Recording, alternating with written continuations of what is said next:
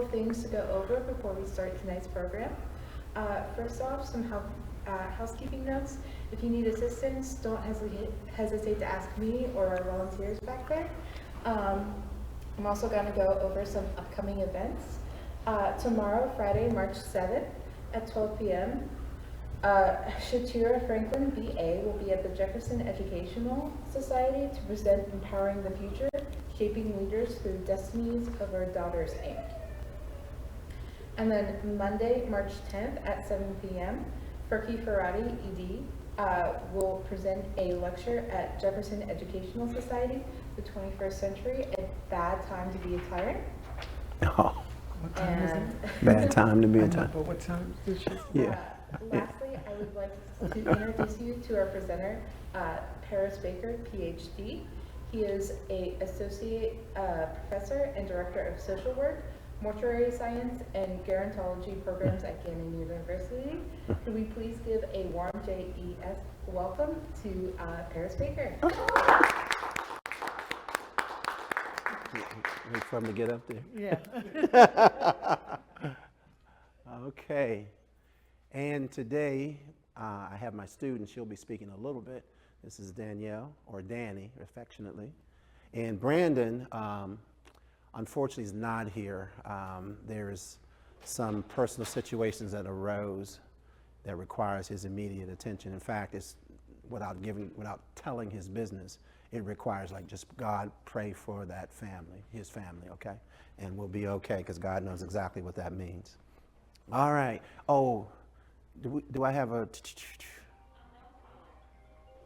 Do I have to stand here? Did I bring mine? You know I always have one. Always prepared, Boy Scout. Except I think I left it on my desk. This time I think I got a mouse and I got aspirin. Yeah. All right, well, I'll hit it and then boom. All right. So let's get into a little conversation. And again, Danny's going to be talking a little bit later, but part of this whole presentation had to do with a discussion in class. So you just need to know that. And you can extract some significant research initiatives if you're a good teacher. If you're listening to the student or your colleagues or whoever, what do we know about this particular topic? And that could be the topic we're going to talk about tonight, or it could be anything. You know, in the 1980s, there was this elusive virus that we know much about, and at some point we called it HIV, right? And we started focus groups and research, and now we know a little bit more how to intervene and treat people and help people and that kind of stuff. So I don't even remember the original question we were talking about. Maybe you can help me with that, but suffice it to say that the topic came out of discussion. However, this topic was approached to me in 2012, 13, 14, somewhere in there. And I had some friends on Facebook, white mothers, during the time of the murders of Trayvon Martin and Michael Brown. And there was a lot of discussion about what's going on with black boys and the police. And at some point, I think it's like 2014, Black Lives Matter developed. And there was an initial post that caught my attention. And she has not given me permission to say this. I thought she would be here tonight, but she didn't say if I'm not here, you can say my name, so I'm not gonna do that. But there was a post, and it said, I have black sons too. And so went offline, you know, what's going on with you? How can I help you? She said, I don't have anywhere to go. Who helps me? And how do I talk to my son? I don't know what to do. I'm lost in this maze of what's going on in America, and to some extent what's going on in Erie. If you remember, at one point there was a whole initiative with Unified Erie and the reentry programs and stuff like that. We had a couple things happen nationally that ended up in our doorstep, protest marches and stuff like that. And so the question was raised. Well, when I paid attention to the first question, I have black sons too, what do I do?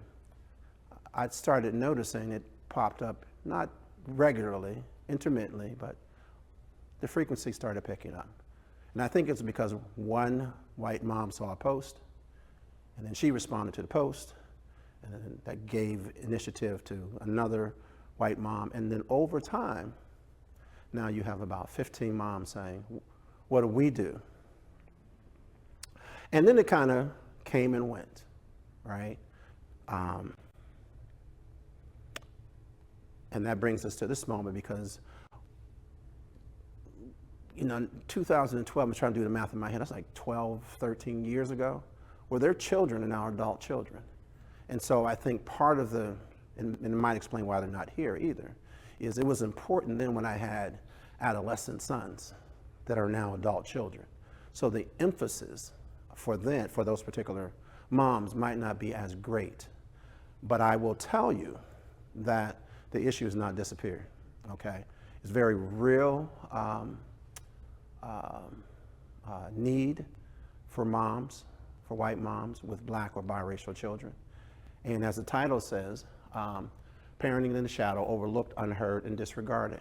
I will tell you right away, we have done not an extensive literature or review, but the more, and I have a graduate assistant, so there are people working on this, and I can tell you that you will get a lot of literature about biracial children, but you will get little to none specifically about the voices of white mothers with this issue.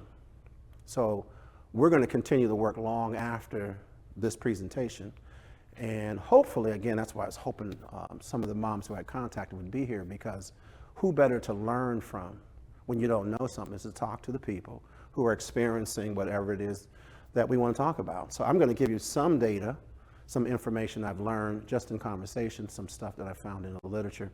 But trust me when I say, there's not a lot of information that speaks to or comes from white mothers themselves. And so, and kind of a caveat to, and I'll get started with the presentation. The reason I think this is important is it's not going to go away, right? And I say that kind of like two prongs. One is there has been an assault on African-American young men as far back as I can look in history. Well, this is a much more diverse society. Like 1 in 5 marriages are interracial. Now, I don't know the ratio of white moms or any other ethnic group or racial group. But this society, our society, is becoming much more diverse. So our perception racially, although things have improved, haven't changed a whole lot in that era. We kind of ebb and flow. And so it's not, I don't think it's going to go away for a while. And so we will have a host of white moms, maybe not really pressing right now, but it will return because it always has returned. And so we need to, if not intervene, prevent, help folks, provide support, education, those kind of things. So the work is going to remain relevant, okay? And again, I thank you for being here because your attendance says it's important, okay? So let's jump into it. What do we have here? Even the teacher makes mistakes. This slide was supposed to be in the back. Like, whoa. In fact, we'll just go through it because y'all love me and I love y'all, okay? So some of the major issues. Some obvious ones, yet when you unpack them, they're not as obvious. Two cultures, motherhood. Well, if you think about motherhood or fatherhood or parenting, when you have your first child, there's no manual that says this is how you do it, right? You just kind of get the baby and what do I do? Go home, all right. How do I do this? But inside of that is, how do I parent from two cultures? Very clear. My child is an amalgamation of father and mother, white and black. What does that mean in a society that historically has rejected that idea? In fact, way before we got the term in the 60s biracial, we used some really kind of crappy terms to connote the inhumanity of the perception of folks who's saying, who are you and what are you? And that's important to keep that history, because when we get to 1980s, 90s, and the present, some of those perceptions and how those perceptions are transmitted have not changed. They've been coded differently, but the perceptions have not changed. This idea that there's one, like, am I going to parent from one racial position? Okay, I'm white, and so how do I parent? From the lens of my whiteness, okay? But recognizing my child is also black. So how do I do that? And that causes a whole bunch of anxiety. There's lots of ambiguity in that, connected to that notion. Well, I'll get to some other stuff in a minute. Societal perceptions of white mothers. And if you allow me, because there's like 8 of us here, I'm really interested in your thoughts. And so I'm going to ask a couple of questions, because that's how I teach. I use the Socratic method of teaching. I ask lots of questions and I just keep rolling. What are some of the perceptions that you are aware of white mothers with having black children? I can tell you, when they try to hold on to their white identity as much as possible. Okay, and that's the mother trying to hold on to it, but societal perceptions of white mothers who have biracial children. More times than not, go ahead. I was going to say that they're trying to be black, Trying to be black. or they want to be part of black culture. And again, you got to go a little deeper. What does that mean to try to be part of? They see biracial child, white woman, they think that she just hangs around all black people and she listens to rap music and she's All the stereotyping. all ghetto Yeah. language. Yeah, so here's part of where I'm going. The societal perceptions is, you must be trash. We have words, white trash. Okay, I'm just cutting to the chase. Okay, so you're now rejected from this group. Okay, well, I'm rejected. But you don't fit in this one either. So where do I fit?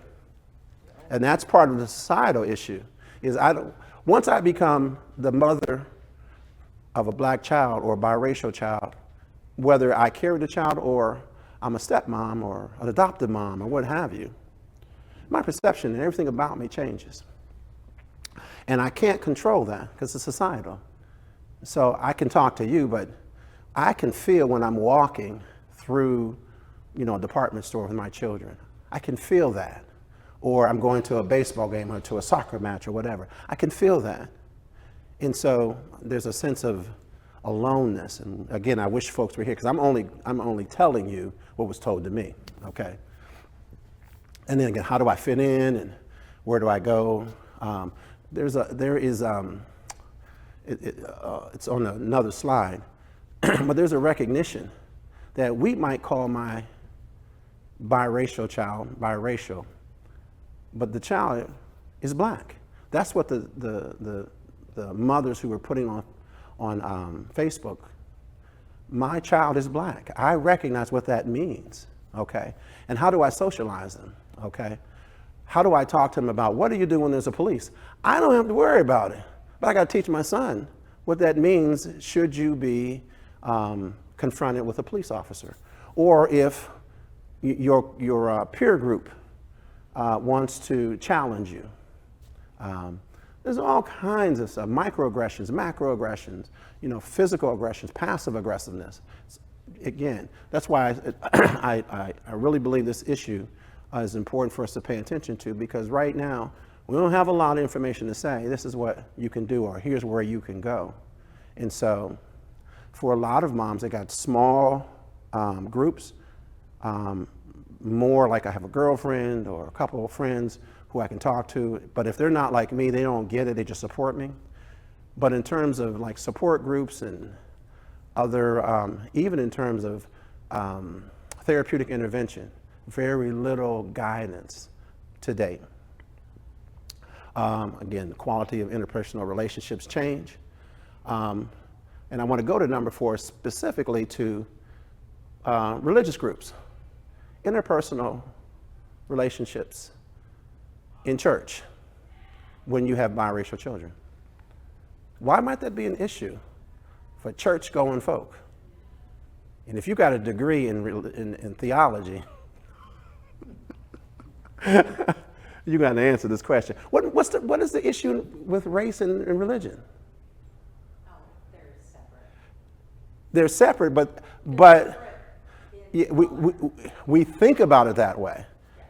But we separate them, and then as soon as we bifurcate those things, there's an inferiority and a superiority. So which one's my child? In this place where there should be some sense of equality and that God loves all of us. That's not true. It's not true at all. And so maybe I don't go to church now because I don't feel welcome, or I'm not going to allow you to look and feel and treat my children this way, because church is now not a safe place. Remember, in America, the superiority of white was ordained by God. You do know that, right?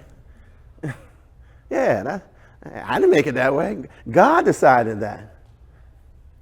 That manipulation is deep, deep, and we need to pay attention to, if it's not safe to be in church, and it's not safe to be in school, and it's not, where is it safe for me to raise my children? In my community? Again, you think about it. What's the relationship historically between black communities and Italian communities? And I can just go all through them. And you know there's been tensions. And so where do I go historically, because there's been these tensions? And so I'm always trying to find a place to sit down and rest and just live my life and raise my kids, okay? And by the way, there is a distinction between a white mother who's in an intact family, has a black or Latino or a husband that's there, or a white mother who doesn't have a marriage partner, or a white mother who's doing it alone. And the perception of each one of those groups is very different, okay? And then we get to the coping strategies and how do I think about, as a white mother, how do I think about parenting? And this is, I gleaned a little bit from some literature. The confidence in parenting is I'm always questioning, am I doing the right thing? Because I'm parenting in one area I might feel a little confident in, but in this other area, I'm not real sure how this works. Literature says that white moms discipline differently, okay? They're very concerned about being over demanding or heavy-handed, and so they tend to be lenient. At least that's the perception. Trying to figure out what's normal. Now, just think about your first child. If you are a parent, thinking about what's normal in parenting. Well, this is my first child. I'm trying to figure it out. Afterwards, you kind of get a sense of how it works. I have a biracial child. Is this normal stuff that happens in parenting? Or is this something because my child is biracial? Not real sure what it is, and so how do I intervene? I'll give you an example. Real life stuff. My daughter is African American and Latina, right? And she don't know nothing but nothing when she's in kindergarten, like most kindergarten. She went in class and boom, boom, boom, boom, boom, boom, boom. We're taping this, right? I gotta be careful. I'm gonna tell y'all the truth, but it'll be on tape. So I'm the dad that just, tell me how your day was and the whole bit. I ain't gonna say what school she was located on East 12th Street, that's all. Okay. She said, Daddy, guess what? I said, what? I'm getting all excited. What's up, Samantha? Tell me, how's your day? She said, Janasia said, fuck you. I said, oh, okay. Because we had conversations about that. You can't control the word around you. What did you say back to her? She said, Daddy. I said, fuck you too. Now, what scared me about that was this. You weren't in kindergarten. Not only you learn the language, you learn the attitudes that go with it. You got the behavior, you had the head swagging, the finger, all that. She hadn't been in kindergarten 2 months. And she come home swearing, but she got the right attitudes. I say that to say the next point. When the other kids saw me, they went to her and said, I thought you said you were Spanish, because she speaks Spanish. At 5 years old, she's fluent, right? I thought you said you were Spanish. Who are you? Because your dad's black. And then you could see her struggling. Now, my Samantha figured it out. She figured it out quickly. What are the benefits for being Latina? What are the benefits of being African American? So she said, I'm Latina, because when I speak Spanish, people treat me differently. There's something about speaking Spanish she had figured out. And so I'm speaking Spanish, I'm Latina. Then she come home, she's African American. And then she would go to her grandparents, and she's Latina because they only speak Spanish. And then she'd come to my parents, and guess what? She's African American. But she learned how to negotiate that, navigate that. But later on, when she got older, it wasn't as easy, because the kids wanted her to pick a side. If you are, then you got to be over here because we don't like them. Well, I'm both of them. How does that work? Okay, we can get into that a little bit later. Okay, so now I'm going a lot faster now because a lot of this I'm letting you know. I'm going like it. So why is this topic important? And we know about, Trayvon Martin and George Zimmerman, who was acquitted, and he killed him because he looked suspicious. And I got the attention of, again, white moms who said, Trayvon, my son looks just like Trayvon in terms of skin color and all that kind of stuff. And you can read this, I've already kind of went through this. At the bottom it says, white mothers with biracial children began to verbalize, I have black sons. What do we know about white moms? I kind of went through this a little bit, very little. Much of what we know comes from qualitative data from biracial children. As they grow up, they're reporting their stories back. So what we know about moms, we learn from the adult children. We still haven't heard from the mothers themselves, but we get some information from the children retrospectively looking back and say, if I had a conversation with my mom, I know this, or I can just tell you perceptually what I can remember about her parenting. And if you remember, I put this in here, Barack Obama and former Vice President Kamala Harris, this issue came up over and over and over again. And so not only do we have the social pressures, now there's a political element to this. And we don't even have to get into what's going on, unless you want to later at the back end of this presentation, of why issues like DEI remain important specific to issues like this, okay? Historical context. Interracial relationships were forbidden in America. If you didn't know that, miscegenation laws up until 1967 were the law of the land. And every state could interpret it the way they wanted to. And so what are they saying? Interracial dating, legally marriage, was forbidden. And part of that is because you're going to have children and you're going to change the pedigree of our group. So we're going to forbid interracial marriages, okay? And then you have the Supreme Court case. That's a significant case by the Supreme Court. But as we know, even if there's a law, there's this de facto discrimination. So you can put it in law, but people violated that law when America said it is okay for people who love each other to marry one another. They're black or white or whatever. But if you marry someone and you move in a community, it is not uncommon for that community to reject you. It's not uncommon for that school to reject you. There's all kind of evidence in the United States that says you can do it, but we're going to make it incredibly hard for you to survive in these communities, okay? I don't know if you're familiar with the one-drop rule. Anybody, you've heard of that? The idea is depending on what state, we can go back 1/4, 1/2, 1/16, 1/32. If there is a black person in your ancestry, then you're considered black. that has real important ramifications when we think about voting, okay? Because in terms of voting, in terms of grandfathering of, we're going to let you vote if your grandfather voted, but my grandfather was black, he probably didn't vote, and therefore, even though voting might have been legal, if you can't write, if you can't pay the poll tax, or in terms of your ancestry, if there's no history of voting, then you can't vote. So you can't change the policies that would govern rules like this. And again, this whole notion of superior, hyperdescendant and hyperdescent, descent, I can't say the word, this assignment of who's inferior and who's inferior. And again, every group that is a member of an inferior group knows it,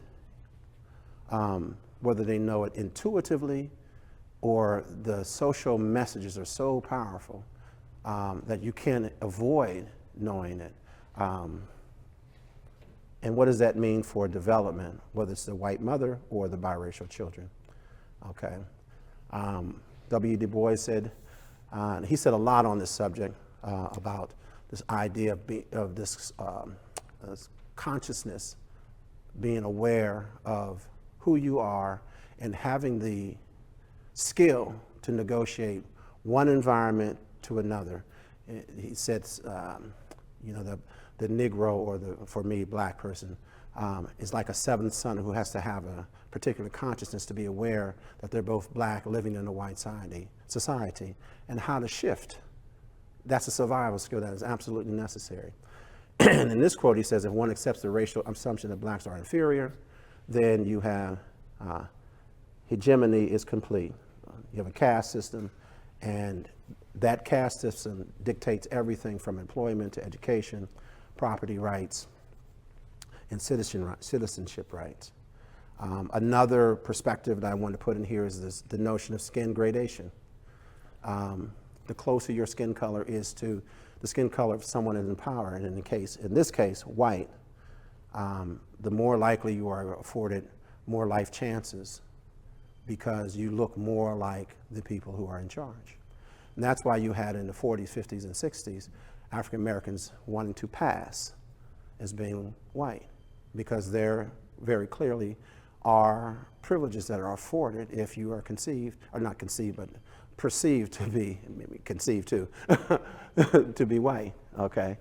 Again, all this stuff, this historical stuff, the white mothers, whether they know it historically or they just sense it, is stuck in there. And so those are some of the perceptions, the fears, and what have you, that come out in how I raise my children. By the way, there is a very distinctive differentiation between raising black sons and raising black daughters. The outcomes are different. The concerns are different. And we can talk about it on the back end of this during the Q&A.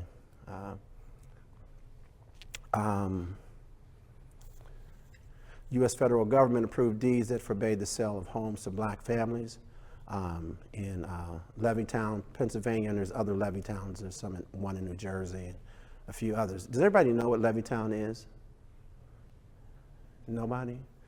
These were the, and we don't call it Levittown, but if you were to go to West Side before you get to Strong Vincent Middle School, all the homes kind of look the same. They're small.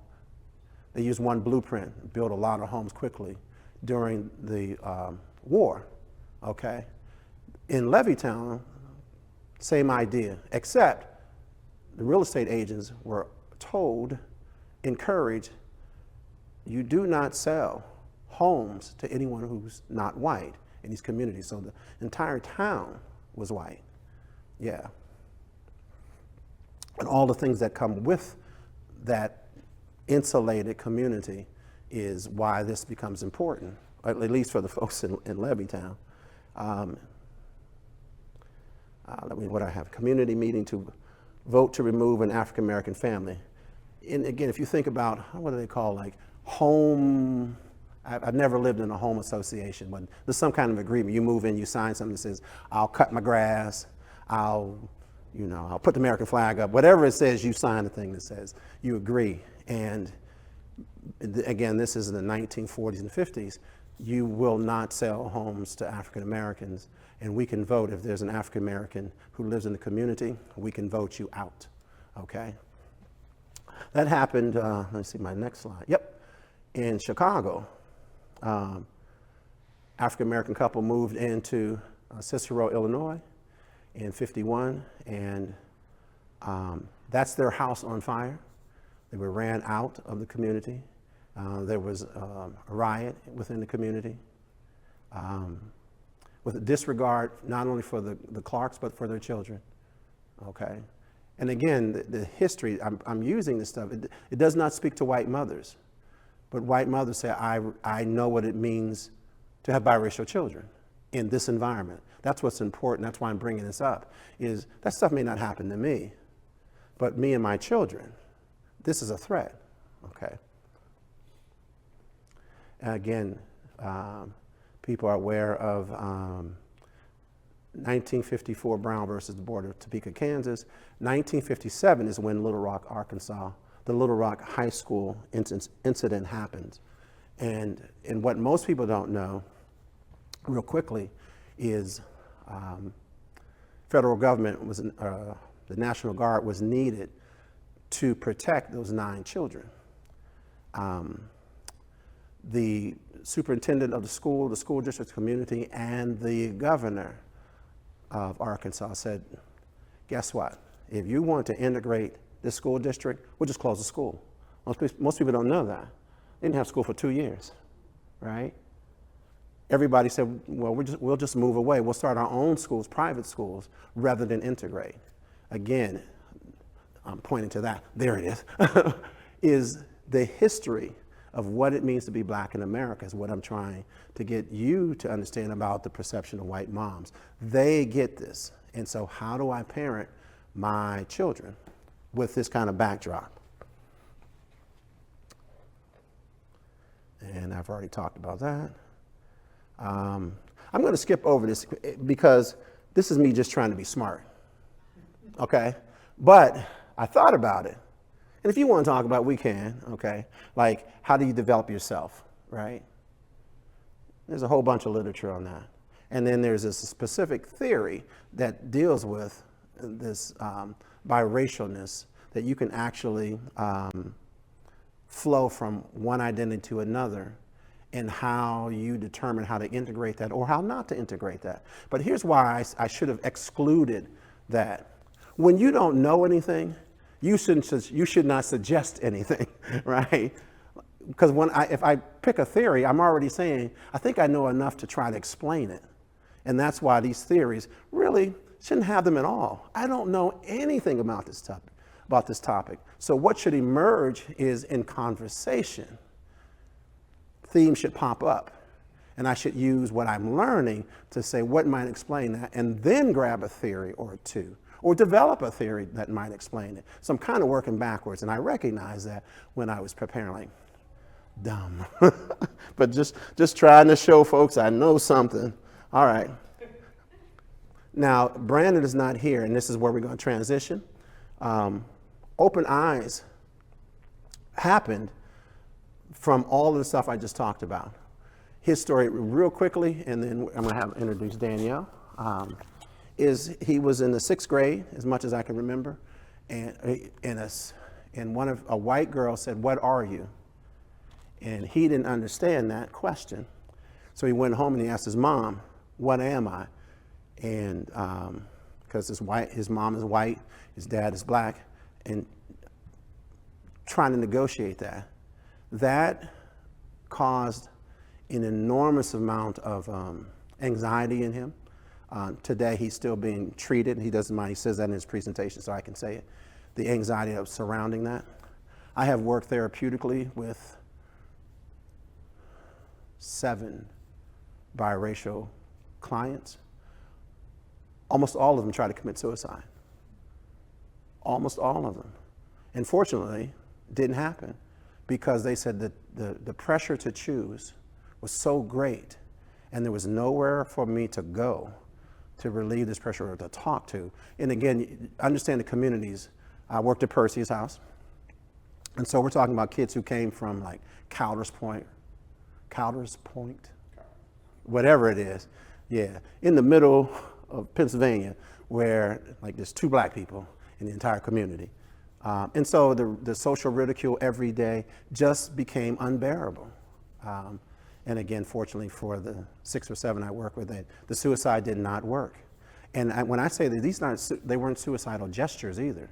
The one girl who I'm thinking about, she tried to hang herself, and unfortunately, or fortunately in one sense, the rope got stuck like this. So for 15 minutes, she was in enormous pain because she couldn't get out, and someone found her and they picked her up.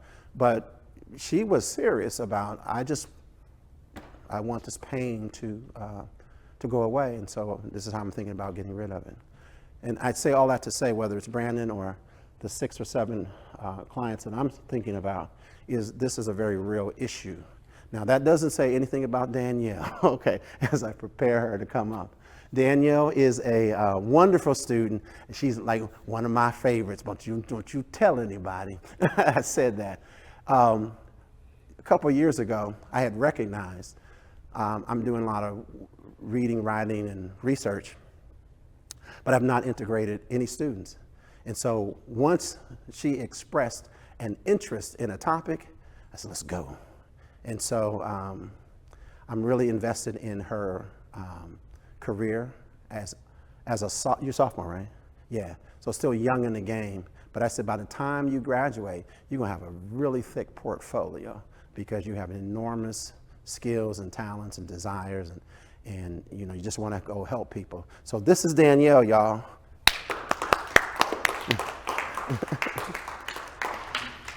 Hi, I'm Danielle. I'm a social work major at Gannon University. I've been working with Dr. Baker with this since we started this summer, so that's why we don't really have that much direct information from white mothers themselves, but I am biracial. I have a black Puerto Rican father and a white mother. Me personally, my father is not in my life, so all of the burden and responsibility of having to deal with having children who are mixed went on my mother, and my white grandmother also helped out a lot with that. For my mom, I can't speak directly from her perspective because we haven't had that many conversations on it, because every time we kind of try to talk about race, it turns into this conflict, so you kind of learn to step away from that instead. But for my mom, there's 3 of us. My older sister and myself, we have the same father. My younger sister has a different dad, and he's just black, so she does have a little bit darker skin than us. So I'm also going to talk about the difference in how we've been treated in the school system, but I'll do that later on. So for my mom, she kind of took more of the route of just completely ignoring it. For me and my older sister, we both have very fair skin. So she kind of just tried to make it so that she didn't tell us we were white, but she would not let us say that we were black. We were only allowed to be Puerto Rican, only allowed to be Hispanic, despite not having any connection to any of the cultures at all. So for us growing up, whenever we would have to fill out paperwork, when we used to take those standardized tests at school, there used to be a checkbox for what race would you be, and there used to not be one for multiple races, so we were always confused on which one should be put down. So that confusion kind of builds up over the years. And then my mom was removed from the picture at one point, and my grandma took over, so that was completely different from her because she never even was she was never with a black man on top of that, so my grandmother had absolutely no idea how to. Hair is the biggest thing that was an issue for me and my older sister because we have lighter skin, so we don't really have to deal with any prejudice skin-wise. But hair was a big issue. My mom didn't really know how to take care of it. My grandma certainly did not know how to. So my mom, she at least attempted, but it didn't really work out that well. So whenever we were in the out in public or at school, sometimes it would look good, but most of the time we would look kind of a mess, and you would have people make comments about that. So we actually I ended up getting relaxos starting in 6th grade. My mom actually ended up lying about my age, saying that I was a year older than I was because you weren't supposed to get them before you were 12, and I was 11 when I went into middle school. So chemical relaxos just physically chemically straighten your hair so it's permanent. So in order to undo that, you have to just completely grow your hair back out. So for me, at first, I felt I felt awesome after I got it done because people started telling me like, oh, your hair looks great, you look so much better now. And before they used to make comments about my hair, about just like, oh, like it's a bun nest or it's messy, or like I would always have it up in a bun instead of wearing it down because it was hard to deal with. So at first I felt great, but then like as I got older, probably around like 8th grade, I started realizing that the only reason why people started commenting on how nice my hair looked straight is because they had prejudices against curly hair, against black hair. And then luckily I was able to make some great friends in middle school. I'm still friends with them now, even in college. They are also black, and my best friend, she's black. She also had a relaxer at the time, and we ended up together deciding to do a big chop. We both had like 3 inches of hair on our head, and we like grew it back out completely. So then I was not able to learn from my mom how to take care of my hair because she didn't look out to try and figure out how to take care of our hairs. And then I was young, so I didn't really know how to find resources for myself. But then luckily, when I made that friend, we were able to do the journey together, and we both were able to bounce off of her prior knowledge because she's fully black, so she has that knowledge from her family. And then also at that point, we're in about 8th grade, so we have access to, I think YouTube was like the biggest thing for us. We were able to look up like how to take care of black hair. So basically I'm just saying that to say having a platform or like having people that you can go to, having a support system is probably going to be like the biggest thing that can help you. So that's why I want to say if my mom was able to, if she had like the motivation to, but if she was able to make friends, like black friends with other children, be able to talk about them, maybe have me and my siblings have like play dates with them, kind of get more acclimated to that culture, I feel like growing up, we wouldn't have felt so kind of lost. Because just like Dr. Baker had said before with Brandon, he was like, what am I? Like he just didn't really know what to do, so he felt lost, he had a lot of anxiety about that, he battled with it. I wouldn't say that mine was as severe, but I would say when I've heard him present 2 or 3 times now, and I've felt kind of connected to him, even though I don't like personally know him, just because we have shared some of the same struggles. So for me and my older sister, like I said before, we have light skin. So in the school system, we did not have to deal with administrators or teachers having a negative outlook on us because of our skin tone. But for my younger sister, she has darker skin. I wouldn't say she's necessarily dark, but she's very clearly like a more black looking child. So we ended up moving to more of the countryside, like the Seneca area. She ended up going there, and when she entered high school, me and my sister both told my mom, we don't think you should transfer her here. We think that you should continue sending her to the city because she's going to start receiving racist remarks. She's going to start feeling the sense of inferiority and getting bullied. My mom just completely just like dismissed that idea. She was like, well, if they get bullied, it's only going to be because they're jealous of her, because she's so pretty, because she's mixed, because she has these nice curls. And a part of that, in my opinion, is fetishization of white women who specifically go after black men to have these exotic looking children, to have these mixed children, light hair, loose curl pattern. And not that that's always, not that you're always going to come out like that. So then when they do, sometimes they're shocked and they don't really know what to do.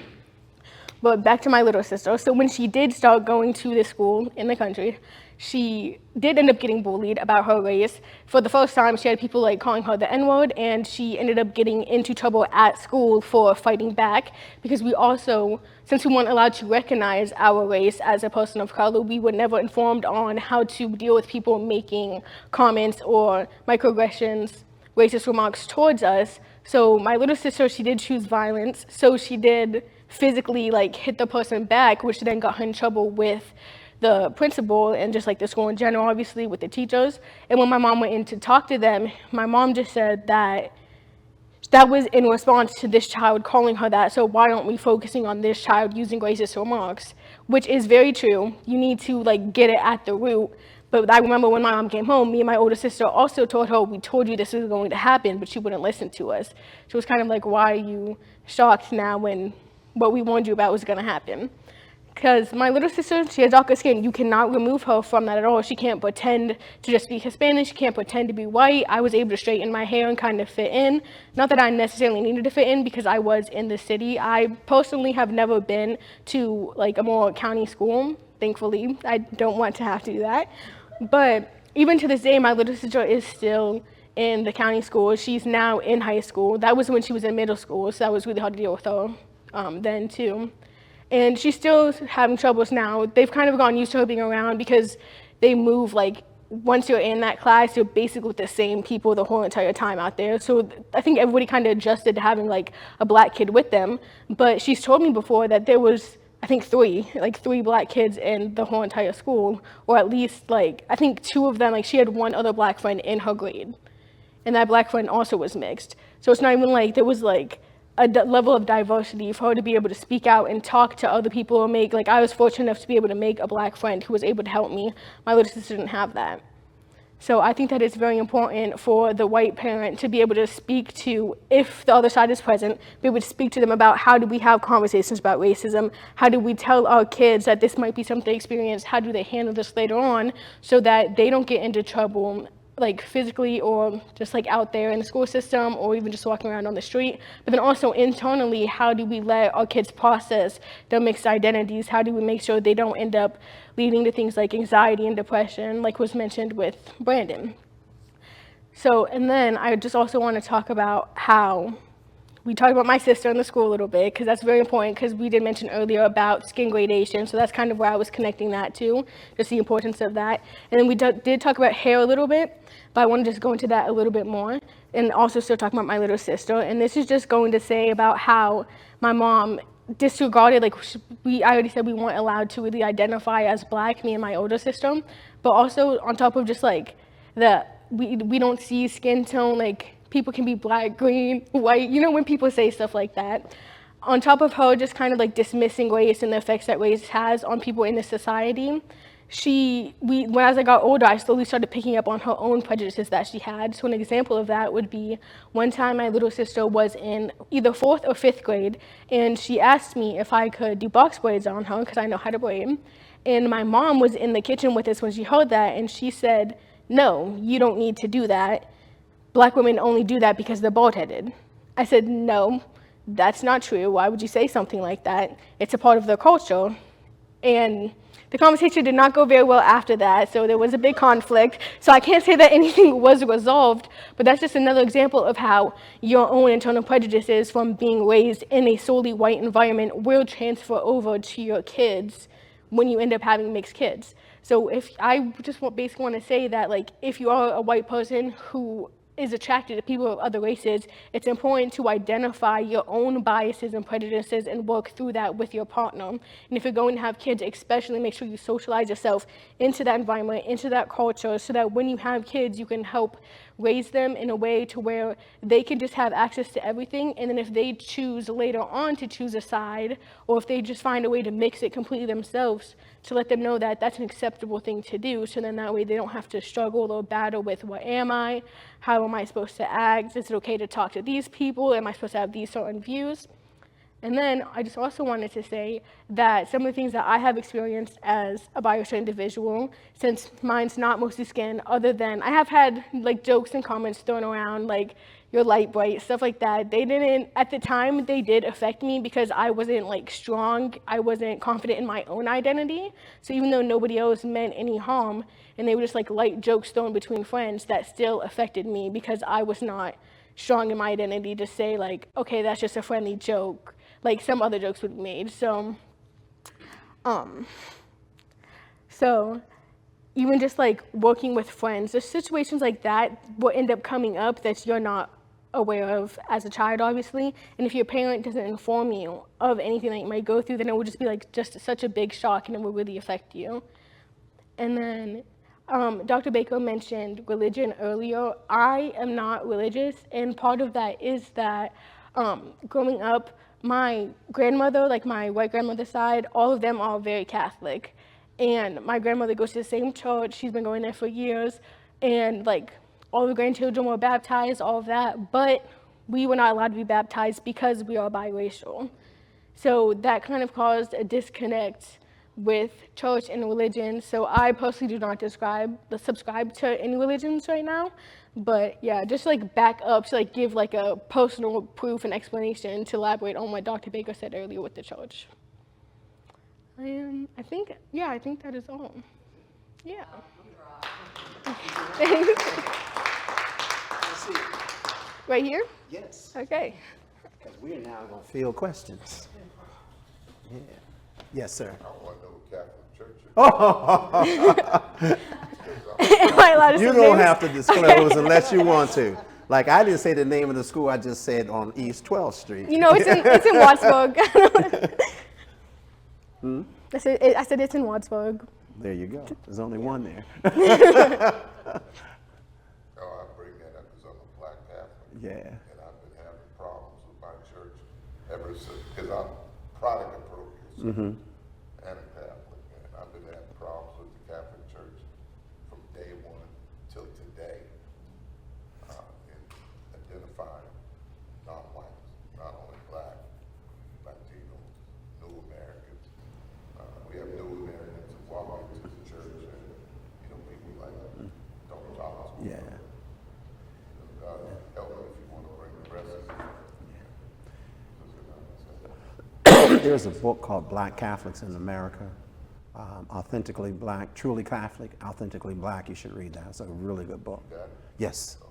Yeah. If you promise to give it back, I'll let you read it. Or I'll buy you your own copy. Yeah.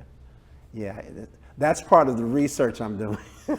Now, Yes. I want to bring up, and this is why, I don't know about my wife Renee, but this is why I wanted to come. I wish there had been other white mothers here, Yeah. because I'm a grandfather. We have a UN family. That's what we say. But, you know, we have several, a few, or whatever. Yeah. Biracial. Yeah. Uh-huh.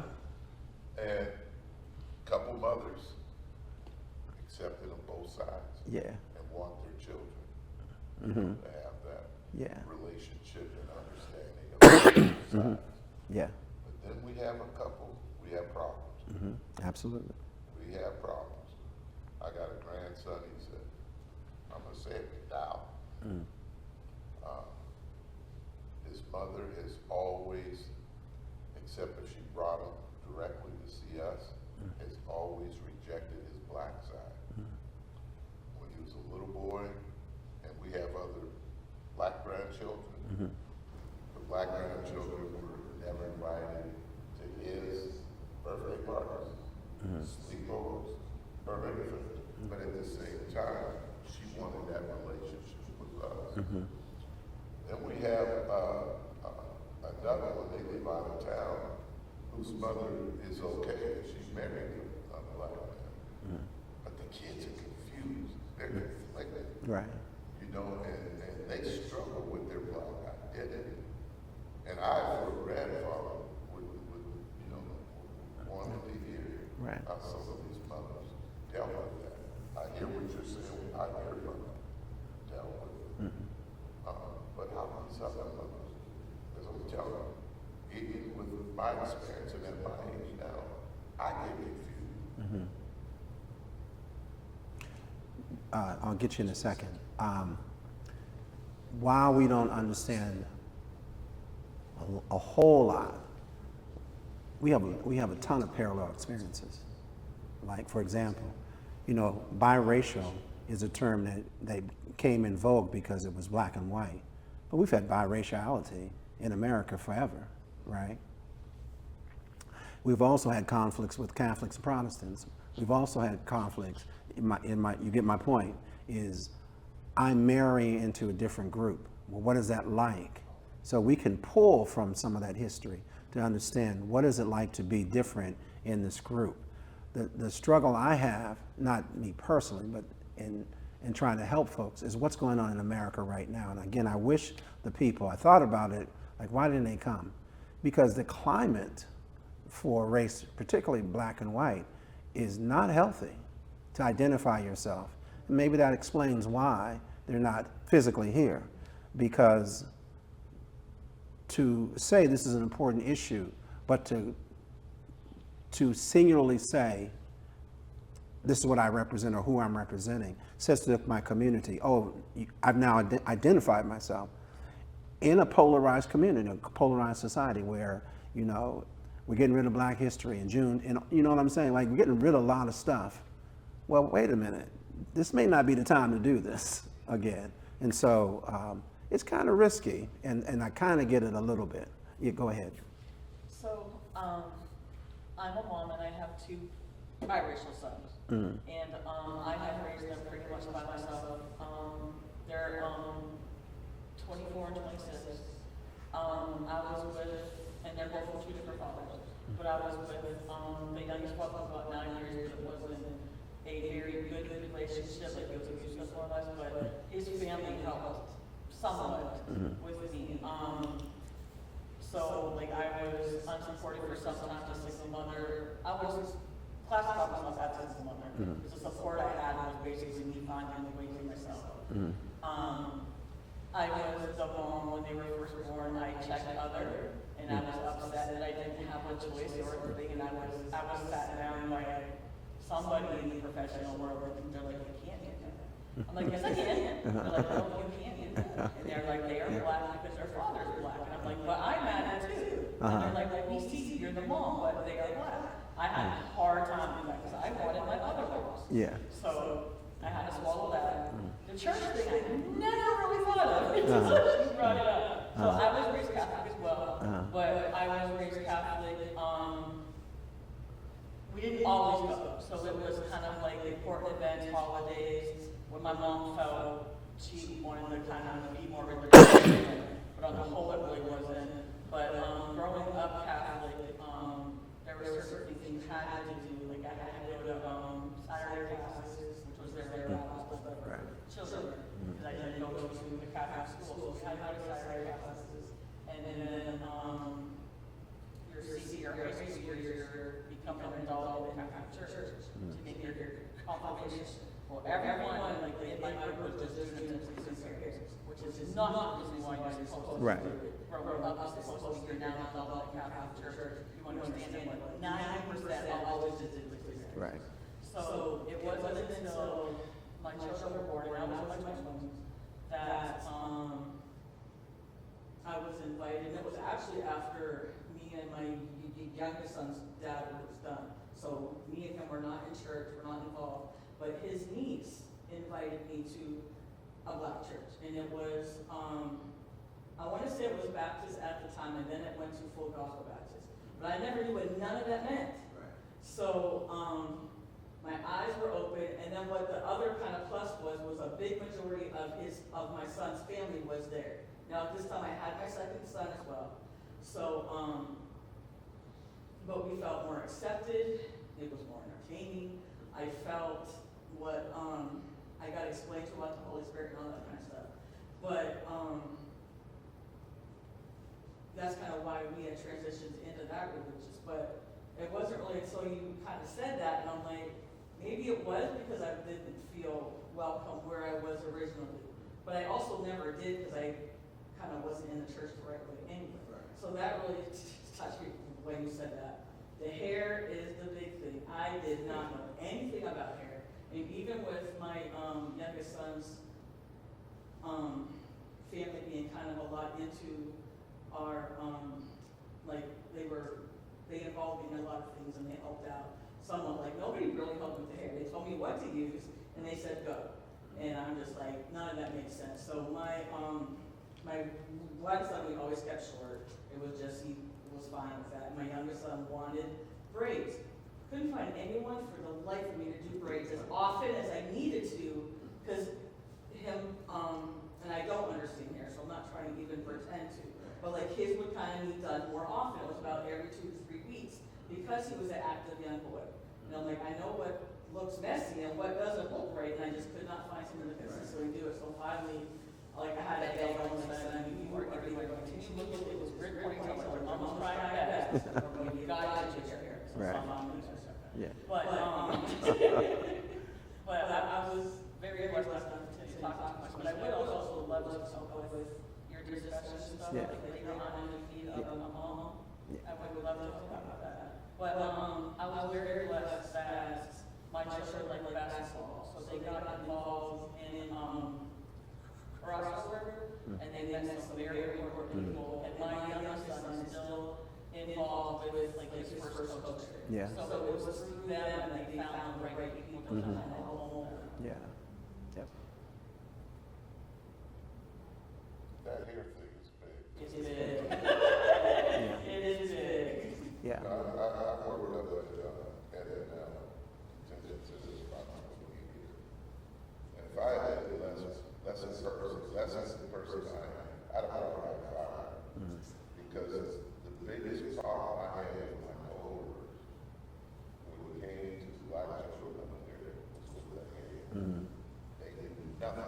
Right. And Right. especially with young ladies. Mm-hmm. Hey, they can't handle it. You know, and you're talking about someone that don't want to feel less than, and want to feel that they need to score. I want my hair done, I want my for years, they didn't have products for the wash. And find diversified staff.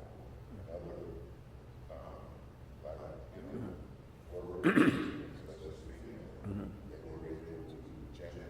Yeah. But they were able to start, you know, and at least identify, like, oh, yeah, this is different. Yeah. You know, this is different. And then they would be like, they weren't talking Spanish. When I started working there, the kids weren't allowed to speak Spanish on the phone, call home. Right. You don't know what you're saying. They weren't allowed to do it. This is juvenile. Yeah. You know, because it's so paranoid about what do they say, because we don't understand. They probably got access Yeah. home. Yeah.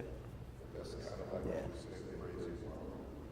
But there's you know, I want to get past the hair thing because that's real, but some of the issues from a parenting standpoint, again, I'm repeating the conversations, is who are the role models that I introduce them to? Who do I promote? It's hard to find them, okay? And so, again, in my world, you know, I got, you know, Chrissy Everett, if we're doing a tennis thing. So you got Chrissy Everett playing tennis. But who do I know as an African-American tennis star? I don't know anybody. And you can just keep going back and forth. Or in educational arenas or whatever. It's like I can't find the role models to present. I also can't find the mentors. Again, if you think about middle school, high school, parents do less parenting because your kids aren't with you as much. They go to school, they go away, and they play in sports and blah, blah, blah, blah, blah. So who helps me with the parenting that I can entrust that they will balance the education of my son or daughter? Okay. What are the socialized messages that they're going to receive? Who can I trust to tell them the right things? Again, we've heard over and over again, when you're in this environment, it's white only. Well, you got to balance that. Who do I entrust that to? We can just keep going on and on. The day-to-day struggle beyond the hair is real because every day I got to do something. But there's so many other things that pop up in the same way every single day. Again, simple things like, again, I'll just go through a couple things like holidays, Thanksgiving, Christmas. Where are we going? These are two different worlds. How we practice Christmas at your house and your house is very different. And you can just go, like, it's a constant. How do I balance this? How do I figure this out? And the reason I bring that up is initially, it's almost a novelty. Like I go, I never thought about that. But over time, you say, like, it's the cumulative effects is it gets meshed. So this becomes this and that and this and that. And over time, I'm just lost. I have no idea. I will share again without getting too personal. This stuff becomes so real. Like I said, the holiday thing. So you have, whether it's an intact family or an estranged family. So single white mom with children whose black father says, I want my children to spend this holiday with me. And then the political climate. I've had people literally talk about, and if Brandon was here, he would tell the story. Folks getting divorced. This is that real. We can't talk through it. It's that real. The tensions and the anxieties and the anger of how we're going to try to manage raising our children in two different worlds. Yeah, it's again, the hair is one thing, but I just want to expand it. It is a day in, day out issue. that really challenges, and again, I got to kind of keep it focused to white moms because they don't have a voice. When white moms, so Black Lives Matter, there's a group called Black Mamas something for against violence or something like that. And then there's a lot of support groups for white mothers who have like adoptive, transracial adoption and stuff like that, but nothing to speak to what is it like to be a white mom of black children or biracial children. So when I'm in, can I come to your group? The response generally is, did you not read Black Mothers? So where do I go? I have black children. I'm not welcome here. Sometimes there's an open door, but in a couple incidents, you can come. But if you bring 2 or 3 others, now it becomes integrated. It's no longer Black mothers. And so we've changed it. It's now different. And so, do I feel welcome in this space? When I came alone or it was 2 of us, it was okay. But in a room like 10 moms and now there's 5 white mothers, conversation changes. And so where do I go? Because I can feel I'm not really welcome here. I'm tolerated, but not welcomed. So, yeah, again, when we do the focus groups, this is our second presentation. We did one at Harbor Creek, and we thought of, like Harbor Creek, we kind of jokingly said, we may not have the audience in Harbor Creek. And we thought if we bring into ECAT, that there might be more white mothers that show up because it's more of a relevant issue. And again, the feedback I got initially, I was putting out the feelers, and we're going to be doing this, and would you participate in the focus group? And it was, yeah, sure. And do you know another white mom that you can connect? Kind of a snowball invitation. Sure. And we got up to I got up to like 20 moms. I'm like, oh yeah. And one who found on the Facebook. I put it out just fishing. I've never heard it before. Yeah. That's why I was like, yeah. I really need to go because I've never seen it. Right. And my kids are 20. Yeah. Ish. Yeah, ish. And we're going to. One's 26 and he's halfway through. I still think it's an issue. I just think I'll do some more private conversation. What happened? Because we were here and you weren't. Tell me why. Not a criticism, not beating them up. Just I need to understand. Did you not feel safe, welcome? What was the reason why you didn't get here? Because then I got to rethink having focus groups. I really believe it's turf, honestly. If this building, although it might be diverse in nature, it's still seen as the ECAT building in a black community. Yeah. I really do believe that's for all. Yeah. Yeah. I still believe that. And that invisible barrier, I think, is what caused, and again, it's 7 o'clock and it's dark out. Yeah.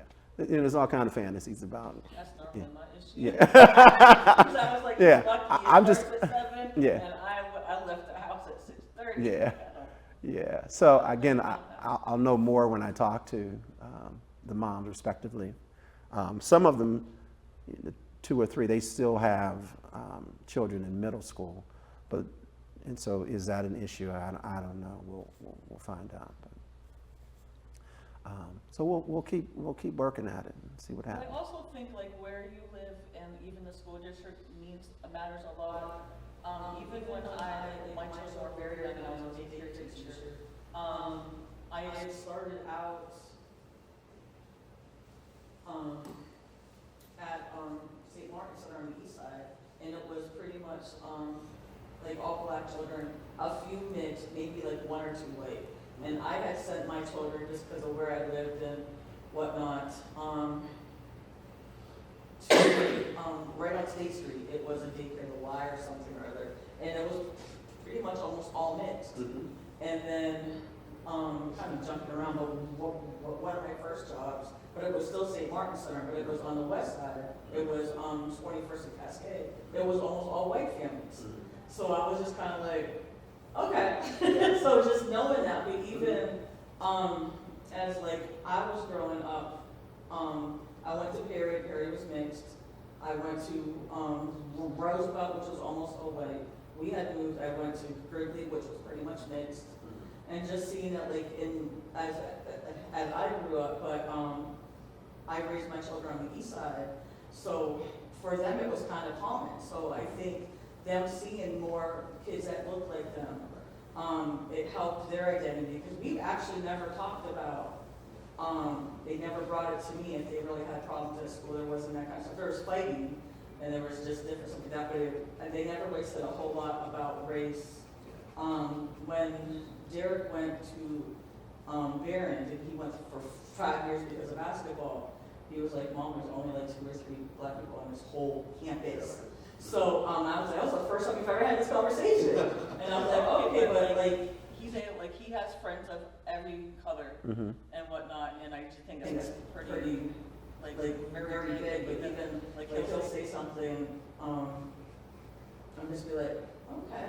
I'm just trying to see, like, I'm not saying like did he pick a side or where he kind of fit in, but it was that we don't really talk a lot about it. But when he did say it, I was like, okay. Here's what I hope doesn't happen when you mention fighting, is remember this became an issue because of the assault on African American youth. My son is black too. Well, in Erie right now, that's not a major issue, although there's still crime in Erie. But let one African American young man get hurt or killed. This might become reprioritized at the top of in terms of importance. It was happening in Erie quite a lot when mine were in middle school and high school. And they're right around the same age as Yeah. Yeah. So like around that time, I was just remember like I was Excuse me. I don't want to, like in any wrong crowd in the streets, because there is no, like, you just don't know, it can happen anywhere. And half the time, I don't even think it was really, pinpoint to person, like, just kind of because of who they were. I just think they were just shooting neighborhoods and just driving around being hard like that. In terms of, I had mentioned earlier, and I said if you want to talk about it, nobody brought it up, so I'm gonna bring it back up, and that's the DEI stuff. There's lots of diversity. If you didn't know this, I find this, it got my attention. I said about 1 in 5 marriages are interracial, right? Like 19%. 1 in 3 same-sex marriages are interracial. Biracial children are more associated with same-sex relationships than heterosexual relationships. Yeah. I know.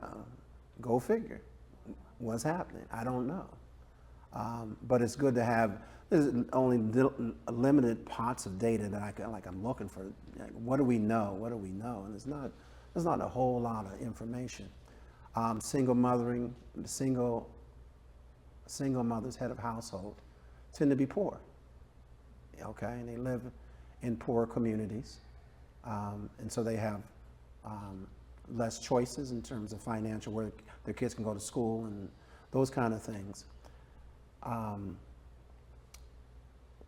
I say all that to say, in terms of diversity, how we talk about diversity, whether it's racial or sexual orientation or anything, we as Americans do not do a good job talking about it. We want to ignore it, and hopefully it won't be a major issue, and somewhere it'll take care of itself, and that tends to not happen.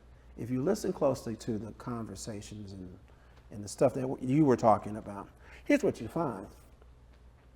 The issue of my racial identity is not an issue for me. It becomes an issue when I step out of the house and I step into these other systems. Your perception of my biracialness is a problem for you. That's how it shows up. Who are you? What are you? I'm pretty good with me. Why do you need to frame it that way? And whether it's in school or on an athletic field or in a church or a synagogue or whatever it is. The real issue, and that's why for me this is another way of having these necessary conversations, is we don't do a good job in having the necessary conversations about difference, whatever the difference is. And we have a group of moms who said, and I don't know how to talk about it either, right? And I got to live with it every day, so. Well, isn't that a problem, because in the schools, that's a taboo subject, they don't. Pardon me? They talk about it in the schools. Talk about this subject or race and Race, Yeah, oh my God, yes. It's, you know, it's controversial, they don't know. Yeah, And it comes along, that's something, no, we don't want to talk about that. I want you to think about the import of I am biracial at a time when from the federal government, the President of the United States says, we're going to do away with Black history. What did you say about me? We're going to do away with that. We're not going to talk about it. We're not going to, oh, wait a minute. Women's Month. We ain't going to talk about, we're getting rid of that too. June, like you go through like, well, these different categories I fit in. So how are we going to talk about anything related to me? And does that mean I'm less important? So the only identity that you're going to reinforce is if my parent, my part of me is white. That's the one we can talk about. I can't imagine, because it's not me. We talked to Danny and she can talk about that. What does that feel like to say you are really challenging in totality a very important part of me? How do I address that? How do I deal with that? And by the way, I don't know if this was part of your question, but at Gannon, I was concerned that we were not going to have a Black History program because it was, stop doing all that stuff. Well, we had one. But for some people, it was a major challenge. Like, because what's the consequences of doing it? We did it, but what's the fallback? We have people rewriting grants, changing language and policies, right? It's happening everywhere. Yes, the concern is, so I can't imagine if I'm 18 in an institution where folks are considering that, what does that feel like? I don't know, but I do know it's an issue for those who articulate, and I believe for others who are suffering silently. Yeah, because everybody's trying to figure it out, you know. So I don't know what time it is. We are almost. My biological clock said it feels like it's almost time to be over, and I was right. You had a question, sir? I'll make a comment. Yeah. Did you have a large group of friends when you were younger? I think it's amazing how smart that she was, even to tell her mother that she's going to have problems when she goes out. Yeah. Mm-hmm. It's amazing how smart kids are. Yeah. That's how they are. That's how smart. I've always, I wouldn't say I moved schools like every single year growing up, basically from like kindergarten to third grade. So I wouldn't say I really was able to like make us like strong foundation and like make strong friendships out there. Once I did enter, I think it was third grade, I went to Jefferson from third to fifth, but then you have to go to middle school. So then I didn't really have any friends until about middle school. And then I've just had the same like 3 friends from middle school until now, and I've made like 2 to 3 more friends in college, but it's pretty much still just like small group. My daughter, she's a senior now, biracial. She's in county school, and her group of friends are associates of versus group of kids. When was your daughter born? Yeah. Oh, 07. Only reason I'm asking. I ain't trying to figure you out. It's because I'm putting her, so she's in the Gen Z cohort, and that cohort is the most diverse cohort we've ever had, and they are the ones who said we don't care. We do not care. We're gonna figure it out for ourselves. One of the most diverse thinking, changing policies and how we think about who gets together and how we do it. we're changing, we're trying to change everything. And so that's why I asked, what group was she? And I figured that out because just, They just kind of accept yeah, everything yeah, from all their own group. yeah, It's amazing. yeah. And so, Sex, no matter what, race, sex. Yeah. yeah, I can't wait till they become old enough to take office. We'll see what happens. I'm trying to talk to her about Yeah. things like that. Like, I don't like beat her in the head, but I just kind of try to figure out where her brain's at. Uh-huh. Whether she can see the world as it really is, or if it's just listens to propaganda, but she sees it. Yeah. Her friends see it. I might ask her a question about something. She sees it. I might tell her, I'm talking about anything. Yeah, the other thing that this, not only the Gen Z, but the Gen Alpha group is, Paul and I grew up when there was landline phones and like if you wanted to find out something, you had to wait till the 6 o'clock news or tomorrow, right? You can get information immediately. And so where, again, if I point to Danny, in my community, it was like the universe was the community. You lived in this community and all of us looked alike, had the same social class, most of us went to the same church, went to the same middle school, high school, whatever. That was our universe. Like what I knew about the world came from the people who lived in this block, right? That is not true anymore. I can have diversity and never leave home and bring diversity right into my bedroom or whatever. It's just a different way. At the same time I say that, so there's so much information, so much opportunity for change. Why is it that racism and the way we were just talking about still persists? Given all the opportunities for change, is because, excuse me, and for me it's really important to say this, I'm not talking about, if I'm saying white, I'm not talking about white men in this room. I'm talking about really white, powerful men who set policy, who have enough money to influence how people think and feel. Those are the folks I'm talking about. That's a small interest group. But again, I don't want to be too political, but if you look at what's going on in America right now, you said, who's orchestrating this? Well, I don't know that they know, but we can point to two men. Yeah. Two men. Look what it's doing to your university when you Yeah. tell us how people now have Yeah. changed what they're doing. Everything. Yeah. And so what do you believe? And I tell students all the time, pay attention to what people articulate because they have the power to legislate what they believe. That's different than you and I believe in something. They can make it law, right? And that's really important because once it's law has to be enforced. That's why we call it a law. And so if you don't like it, you need to organize and vote according to your interests. And so, I say all that to say, hopefully I'm wrong. Hopefully I'm wrong, Mr. Renee. I hope I'm wrong. But we are regressing in a major way. And so the things, we won't get back to, miscegenation laws. We won't get there by law.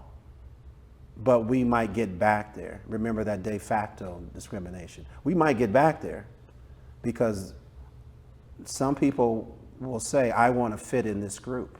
And it's really important. And I want my children to fit in this group. And so I'm going to socialize. I'm going to teach them. I'm going to develop them so that they fit in this group. Because I don't want them to be hurt or I want better life chances or what have you. And so we'll see. We'll see what happens. But that's what we got today. Thank you for coming. I'm telling you. Thank you. You were marvelous. Thanks. Now, shameless plug. Let's see, this is March, April, May. From this conversation and from discussions, there will be a Jefferson essay that will come out of this. So if you read the quick reads or the essays that come out periodically, it'll pop up and it'll have, Baker and Vera and maybe Wiley, will co-author it. and you can see what we're learning. But we'll publish some of this stuff, and we'll try to keep it moving. Yeah, so thank you so much. Yeah. Thank you.